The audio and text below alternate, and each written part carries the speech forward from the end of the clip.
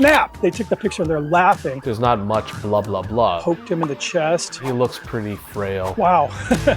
Today, let's talk about, should cops treat senior citizens differently during a traffic stop?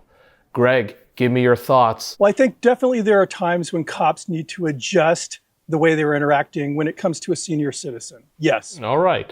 So there is a video that popped up on YouTube from Inside Edition, and there seems to be a little bit of controversy with regards to this stop. Let's watch it and give us your thoughts. It's shocking video of a 70-year-old man being thrown to the ground during a traffic stop. The Oklahoma City Police Department has since put the officer on administrative leave while an internal investigation is underway. I'll have to write you a ticket for improper U-turn. Video of their exchange was released by the department. At first, it seems like a calm conversation. The officer asks him to sign the ticket. No, I didn't make a U-turn. Sorry, let me clarify, okay? But the driver appears to disagree and starts to walk away. Hey, you are the police. Yes. So you know okay. How many cars? We are done, sir? No, we are not arguing about this, okay? I want to show you. We argue in court. We argue in court. You take the phone and... We argue in court. No, we don't argue on the side of the road. We argue in court.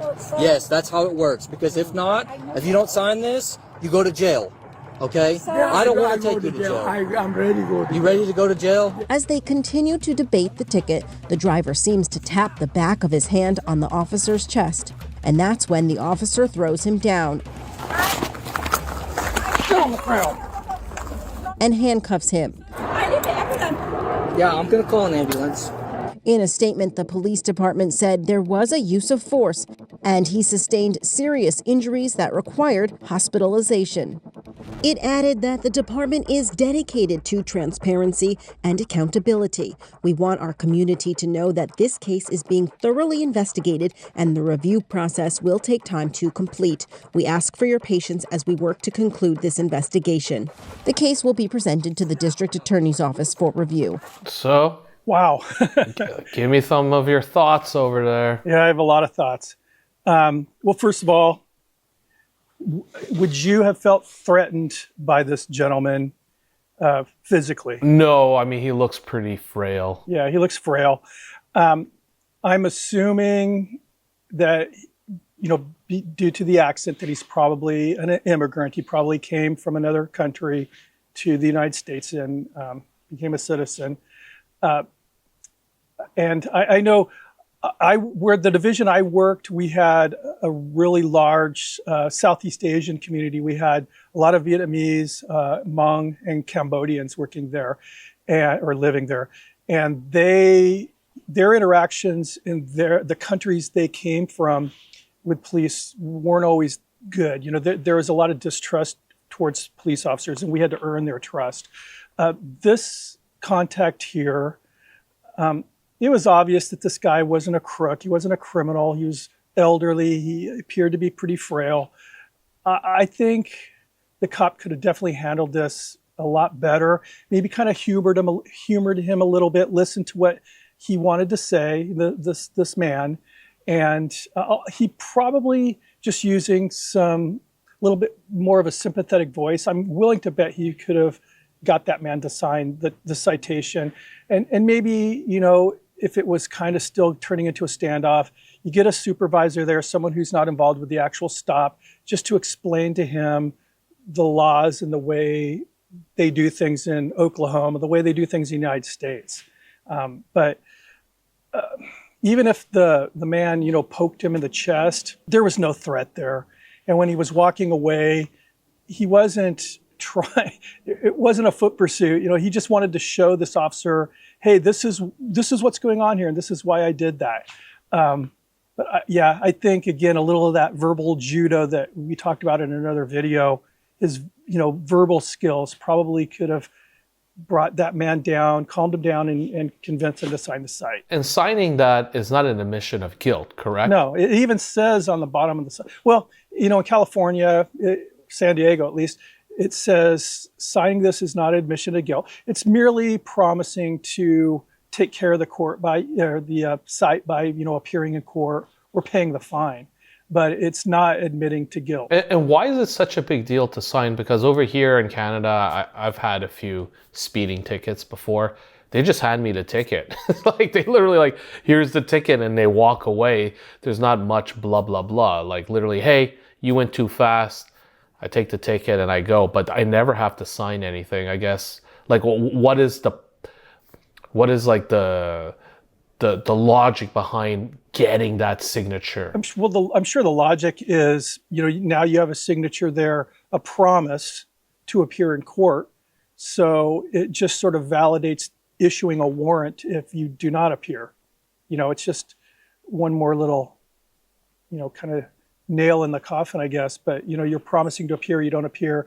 So there's more than enough justification to enter a warrant into the system. And also it takes away some of the ability for the person to say, that wasn't me. Well, you signed right here, Is this your signature? Yeah, but now in 2024, if an officer has a body cam, I think that it's kind of like not necessarily. I'm just trying to think about how to be as efficient as possible. Like I said, over here in Canada, if you do a rolling stop or if you get a speeding ticket, they just hand you the ticket. I mean, if you're on the highway and the speed limit is 100 kilometers an hour and you go 170, they'll pull you over and they'll tow your car away, right? But if I'm going like 20 over, they just hand me the ticket.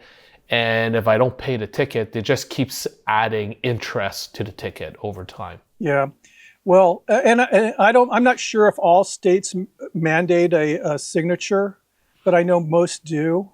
And a case like what we just watched is very rare. Most people will sign the ticket. There's no, they may not be happy about it. Most people aren't happy when they're getting a citation, but refusing to sign is actually very, very rare when you think of how many stops police officers do during the course of their day or a week. The refusing to sign is usually very, very rare. And usually when you explain to them, look, this is an infraction. You rolling a stop sign is an infraction. It says right here, you're not admitting to guilt. You're just promising to appear in court. But now you're delaying an officer and you're turning this into an arrestable offense, a misdemeanor. So what is it going to be? It's in your hands here. Do you want to go to jail for not signing a stupid citation, or you just want to cite it? We'll go to court on it and get this out of the way. So what are the rules in California? If someone physically touches you, you have the right to arrest them? Well, it's a battery. I mean, even if it's not a punch, I know if someone just pats you on the shoulder or something, you're not going to get arrested for that. But if someone's poking you in the chest, technically that's a battery against a police officer, and it is arrestable. They can be arrested for that. Okay, but let's just say you have, I'm trying to think of a scenario. You have some foreign tourists and they want to take a picture and they don't know, they don't know the rules, and they put their arm around a cop and someone's like, hey, trying to take a picture with them. In theory, the cop could arrest that individual? Well, something like that is never going to fly. They could try to arrest him, but no one's going to approve that booking. And again, especially with the low grade misdemeanors, there's an infraction. There's the letter of the law, and then there's the spirit of the law, right? Letter of the law is you arrest people for everything. If it's a violation of the law, they're going to jail. The spirit of the law is you use a little bit of common sense. This tourist and we've had some funny things happen because San Diego is a very tourist-driven city, and I have some funny stories involving tourists. And something like that, they're just not understanding the way it works in the United States or California, whatever. You're not going to arrest. You may explain to them, hey, just so you know, but no, you're not going to arrest people especially tourists. If you had to guess, what do you think is going to happen to this officer? I would imagine, well, again, it's all up to the investigation. If they deem that it was warranted and justifiable, which me personally, I do not agree with that finding. I mean, it can be anywhere from like a reprimand, a written reprimand, to maybe a suspension, a few days off without pay. But And a lot of it depends on, I'm sure this family, I'd be shocked if they're not maybe suing. Yeah, and we have, like in San Diego, we have a citizens review board, and whenever like there's a shooting or some extreme use of force, it's a panel of, they're not police employees, they're not officers, they're citizens, and they review the actions and they kind of have a say. They're not a deciding factor, but they have a say. And if charges are going to be issued with the district attorney's office. So I don't know if they have anything like that in Oklahoma. Something like this I don't think would go before a citizens review board, but my personal opinion, if I was a supervisor, I would be pretty upset with this cop. I mean, I think it was, I understand the frustrations when you're trying to talk to somebody just to get on a site and they're not cooperating, but it was so obvious that this man, there was a kind of probably a little language barrier, and he's just not real familiar with the way. It's probably his first interaction like this with a police officer.